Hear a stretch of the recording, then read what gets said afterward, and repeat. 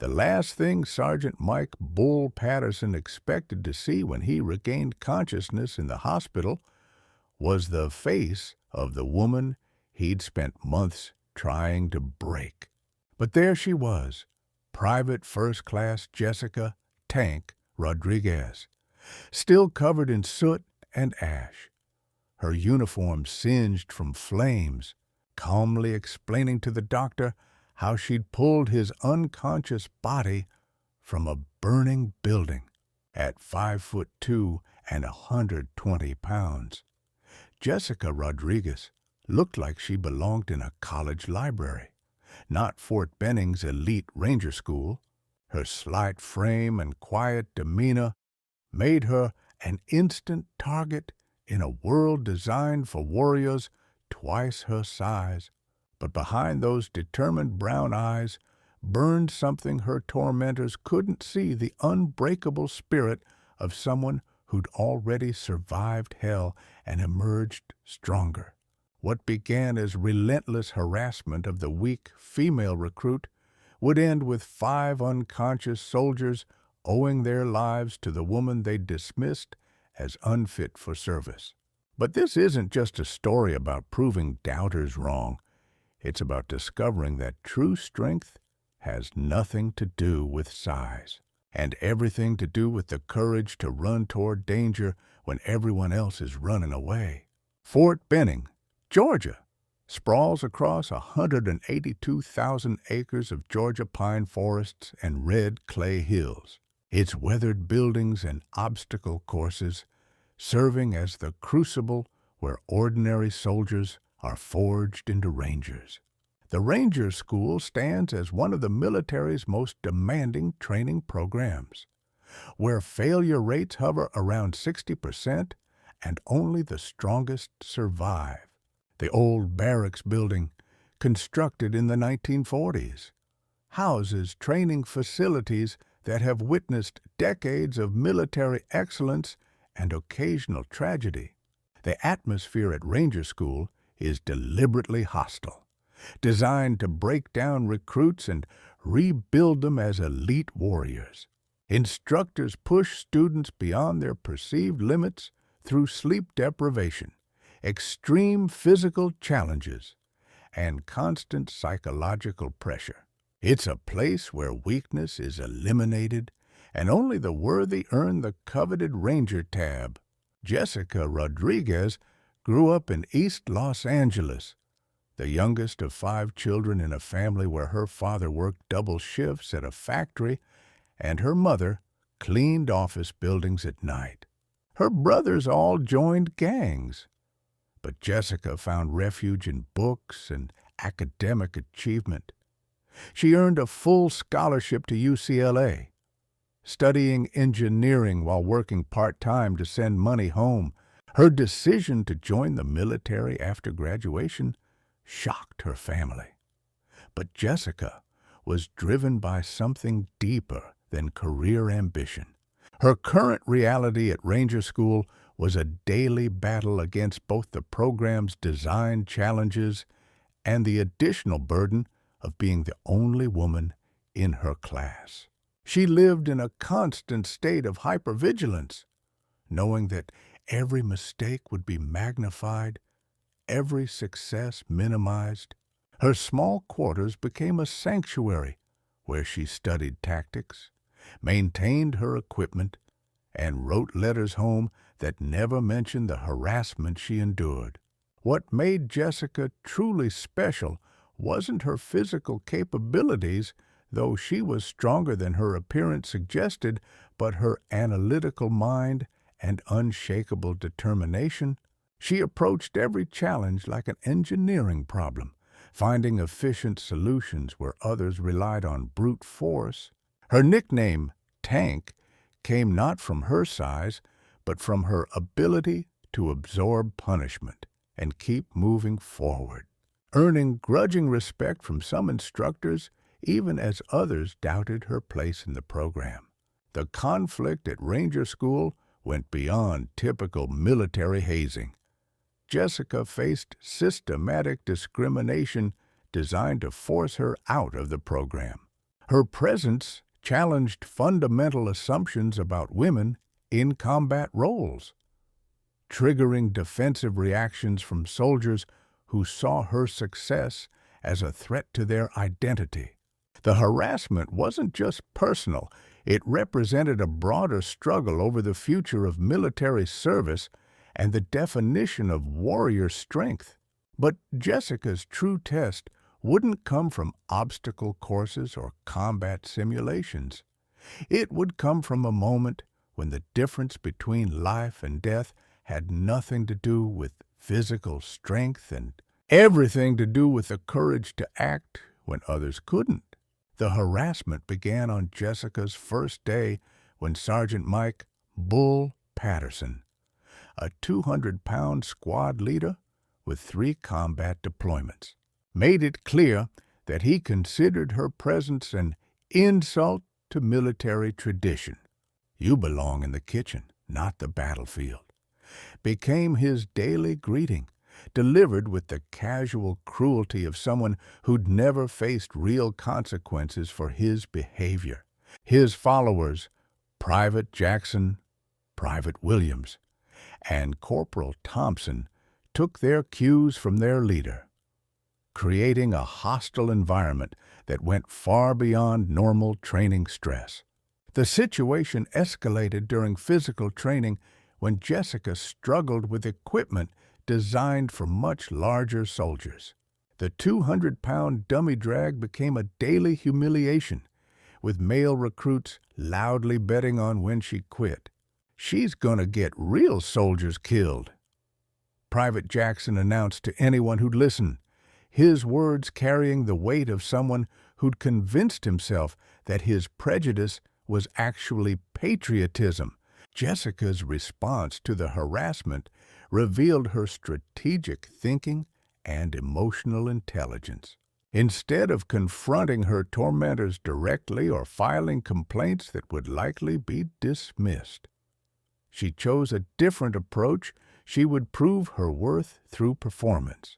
Every night, she studied tactics and military history, looking for examples of how smaller forces had overcome larger ones through superior planning and execution. Her preparation went beyond academic study. Jessica began training differently, focusing on endurance over raw strength, technique over power. She practiced the fireman's carry using modified techniques that maximize leverage rather than muscle mass. She studied building layouts and emergency procedures, understanding that knowledge could be as valuable as physical capability in crisis situations. Jessica's initial efforts to prove herself met with mixed results. Her academic performance was exceptional. She scored highest on written exams and tactical planning exercises, but the physical challenges remained daunting, and each struggle was amplified by her tormentors as evidence of her inadequacy. The instructors, influenced by decades of tradition and their own biases, seemed to agree with the assessment that she was a liability rather than an asset. The breaking point came during a combat simulation when Jessica's smaller size caused her to fall behind during the dummy drag exercise. The laughter from her fellow recruits was humiliating, but worse was the look of disappointment from instructors who'd hoped she might prove the doubters wrong. For the first time since arriving at Fort Benning, Jessica felt her confidence wavering. But sometimes the greatest tests come not from training exercises or military simulations, but from real emergencies where the only thing that matters is the willingness to risk everything for someone else, even someone who's made your life hell. The harassment intensified as Jessica's academic success became undeniable. Unable to attack her intelligence or tactical knowledge, her tormentors focused relentlessly on her physical limitations. Sergeant Patterson began assigning her extra duties, forcing her to clean equipment and perform menial tasks while others rested. The message was clear: she might be smart, but she'd never be a real soldier. The psychological warfare escalated when Private Williams began hiding Jessica's gear, forcing her to arrive late to formations and face disciplinary action. Private Jackson started rumors about her receiving special treatment, suggesting that her presence was part of some political correctness initiative rather than merit-based selection. The constant stress began affecting her performance, creating a vicious cycle where harassment led to mistakes, which led to more harassment. The third phase brought isolation. Other recruits, unwilling to risk association with the program's pariah, began avoiding Jessica entirely. Meals became solitary affairs. Training exercises became individual struggles, and the camaraderie that sustained other soldiers through the program's demands was denied to her. She was fighting not just the program's challenges, but fighting them alone. The situation attracted attention from higher command levels, but not in ways that helped Jessica. Some officers questioned whether the program was ready for female integration, using her struggles as evidence that standards might need to be lowered. Others defended her right to be there while privately doubting her ability to succeed. The scrutiny made every interaction feel like a test case for the future of women in combat roles. Media attention added another layer of pressure. Military journalists began following Jessica's progress, turning her personal struggle into a public symbol of broader social changes. The weight of representation was crushing. She wasn't just trying to become a ranger, she was trying to prove that all women could serve in combat roles. Every mistake became ammunition for critics. Every success was dismissed as an exception. Under relentless pressure, Jessica developed mental toughness that went beyond physical endurance. She learned to compartmentalize harassment, treating it as just another obstacle to overcome rather than a personal attack. Her engineering background helped her analyze problems systematically, finding solutions that others missed because they were too focused on conventional approaches. Most importantly, Jessica developed empathy for her tormentors. She understood that their harassment stemmed from fear of change, fear of being replaced, fear of discovering that their assumptions about strength and capability were wrong. This understanding didn't excuse their behavior, but it helped her maintain perspective and avoid the bitterness that could have destroyed her from within. As weeks passed, the tension between Jessica and her tormentors reached dangerous levels. The harassment was affecting unit cohesion, and instructors were beginning to consider whether her presence was worth the disruption. Jessica could feel the program slipping away, her dream of becoming a ranger dissolving under the weight of prejudice and institutional resistance.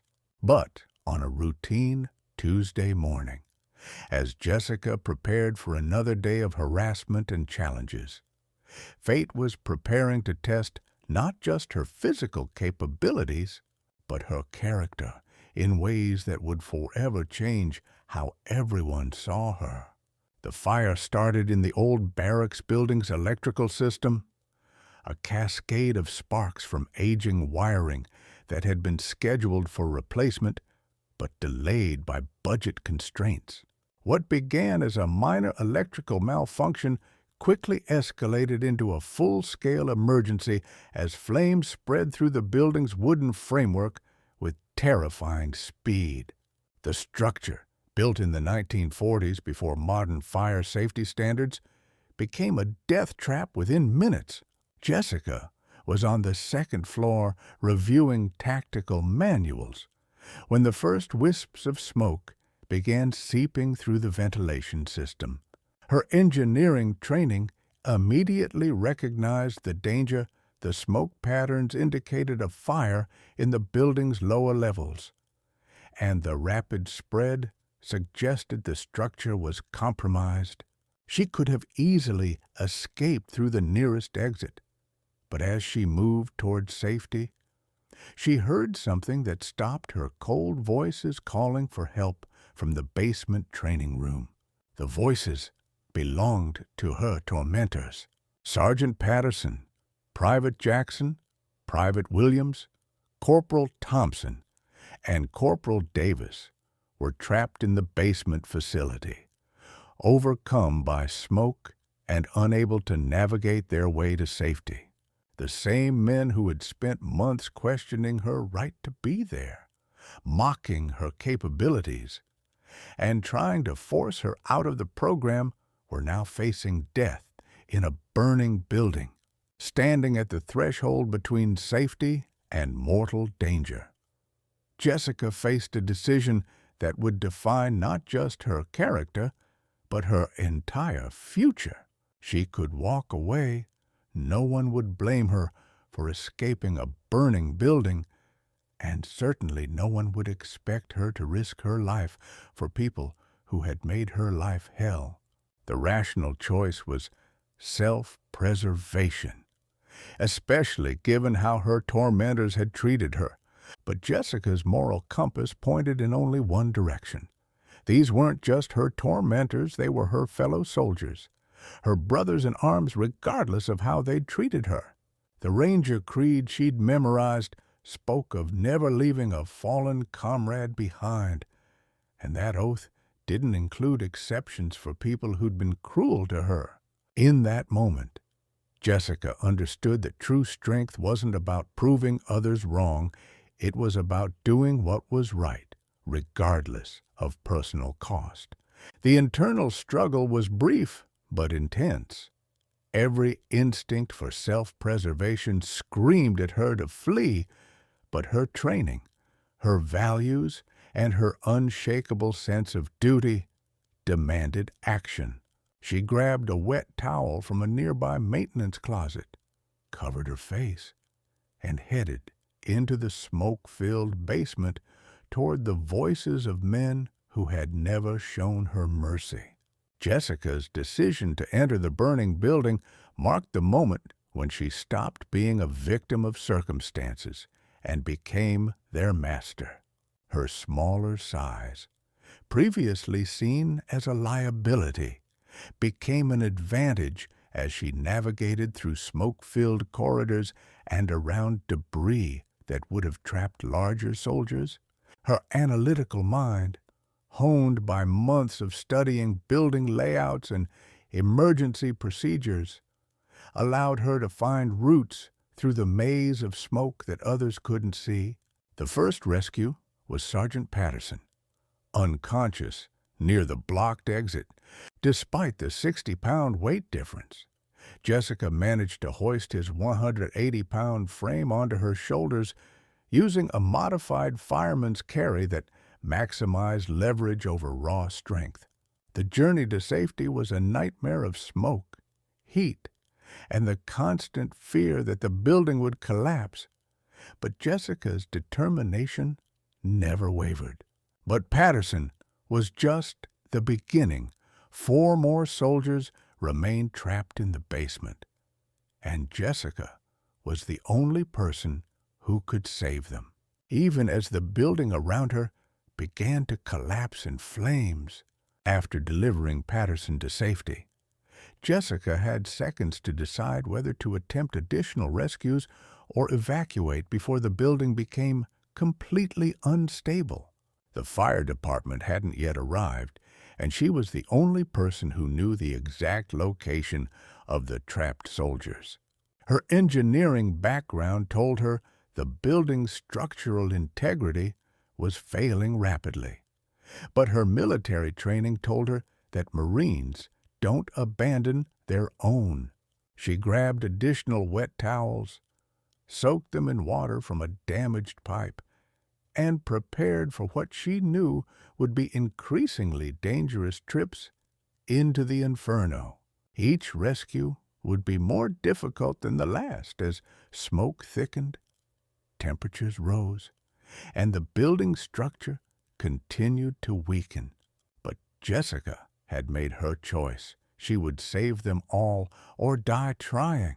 The second rescue was Private Jackson, the soldier who had loudly bet she'd quit within a week. Jessica found him collapsed near a training table, his larger frame making him more susceptible to smoke inhalation. The irony wasn't lost on her as she struggled to lift the man who had questioned her physical capabilities. But she pushed those thoughts aside and focused on the task at hand. The third trip was for Private Williams, who had hidden her gear and made her life miserable through petty harassment. By now, the building was fully engulfed, and Jessica had to navigate through falling debris and intense heat that singed her uniform and burned her lungs. Her smaller size allowed her to squeeze through gaps in the wreckage that would have been impossible for larger rescuers. The fourth rescue, Corporal Thompson, nearly broke Jessica's resolve. The building was collapsing around her, and she could barely see through the smoke and ash. Thompson was unconscious in a corner of the basement, his body positioned in a way that made extraction extremely difficult. Jessica had to use her engineering knowledge to create a makeshift pulley system using rope and debris to move him to a position where she could attempt the carry. The journey out was a nightmare of heat, smoke, and structural collapse. Jessica's uniform was smoking, her lungs were burning, and she could feel her strength ebbing with each step. But she pressed on, driven by something deeper than physical capability, a moral imperative that wouldn't allow her to abandon a fellow soldier regardless of how he'd treated her.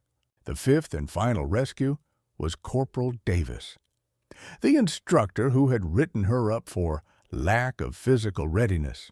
By this point, the building was a death trap, with flames shooting through the floors and the structure groaning under the stress of the fire. Jessica's final trip into the basement was an act of pure courage, with no guarantee that she would survive even if she found Davis. She located Davis in the far corner of the basement, unconscious and barely breathing. The route back to safety was blocked by fallen debris, forcing Jessica to find an alternative path through a maze of smoke and flames. Her smaller size once again proved advantageous as she navigated through spaces that would have been impossible for larger rescuers. The emergence from the building with Davis on her shoulders was witnessed by the arriving fire department, fellow soldiers, and instructors who had gathered outside. The sight of the weak female recruit carrying her unconscious tormentor from a burning building silenced every critic and doubter who had questioned her place in the program. When the fire department arrived, they found Jessica performing CPR on Sergeant Patterson, her uniform singed and her face covered in soot, but her hand steady as she worked to save the man who had tormented her for months. The other rescued soldiers were arranged nearby, all unconscious but alive, testament to Jessica's courage and skill under impossible circumstances. The medical response was swift and professional. All 5 soldiers were transported to the base hospital, where they were treated for smoke inhalation and minor burns. Jessica refused treatment until she was certain all her fellow soldiers were stable, demonstrating the same selfless concern that had driven her into the burning building. But the real transformation was just beginning. As the soldiers who had spent months trying to break Jessica's spirit were about to discover what true strength really looked like. The hospital room where Sergeant Patterson regained consciousness became the site of a profound transformation. The man who had spent months calling Jessica Daddy's little princess and questioning her right to serve found himself face to face with the woman who had risked her life to save his. His first words weren't thanks, but a choked apology that carried the weight of months of cruelty and the humbling realization that his life had been saved by someone he'd tried to destroy. The other soldiers' reactions were equally powerful.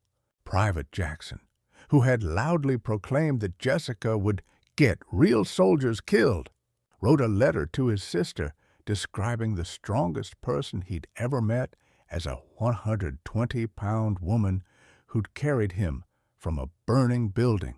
Private Williams, who had hidden her gear and made her life miserable, publicly apologized and requested to serve under her command. The transformation was complete and irreversible. The fire rescue became a turning point, not just for Jessica's class, but for the entire Ranger program. The incident forced a re-evaluation of what constituted military strength and capability. Jessica's actions demonstrated that courage, intelligence, and determination could be more valuable than raw physical power in critical situations. The program began incorporating her rescue techniques into its curriculum, recognizing that smaller soldiers could be assets rather than liabilities in certain scenarios. The story spread throughout the military, becoming a powerful example of how prejudice and assumptions could blind people to the capabilities of their fellow soldiers. Training programs across all branches began using Jessica's story as a case study in leadership, courage, and the importance of unit cohesion regardless of individual differences. Jessica's promotion to sergeant and her distinction as the first woman to graduate at the top of her Ranger class were just the beginning of her impact on military culture. The soldiers she had saved became her most vocal supporters, following her to subsequent assignments and ensuring that no one ever questioned her capabilities again. Their transformation from tormentors to protectors created a powerful example of how shared adversity could overcome prejudice. More importantly, Jessica's approach to the harassment she had endured became a model for others facing similar challenges. She never sought revenge or public vindication, instead letting her actions speak louder than words. When asked about the rescues, she would simply say, "That's what soldiers do for each other," deflecting attention from her heroism and focusing on the universal values that bound all military personnel together.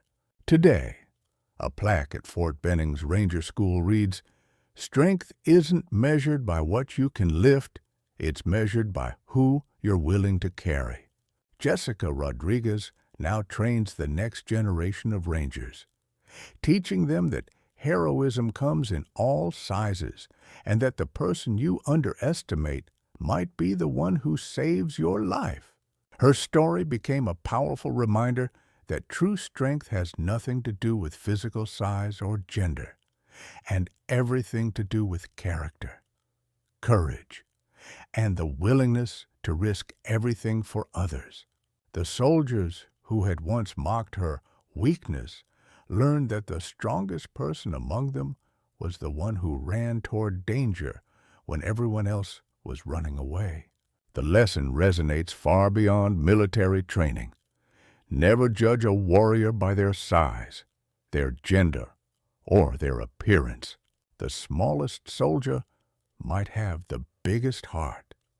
And when the flames are rising and death is approaching, You'll pray that the person coming to save you is someone who's already proven they'll never leave a fallen comrade behind, regardless of how they've been treated. Because, in the end, true strength isn't about proving others wrong, it's about doing what's right, even when it costs everything, and especially for those who least deserve it.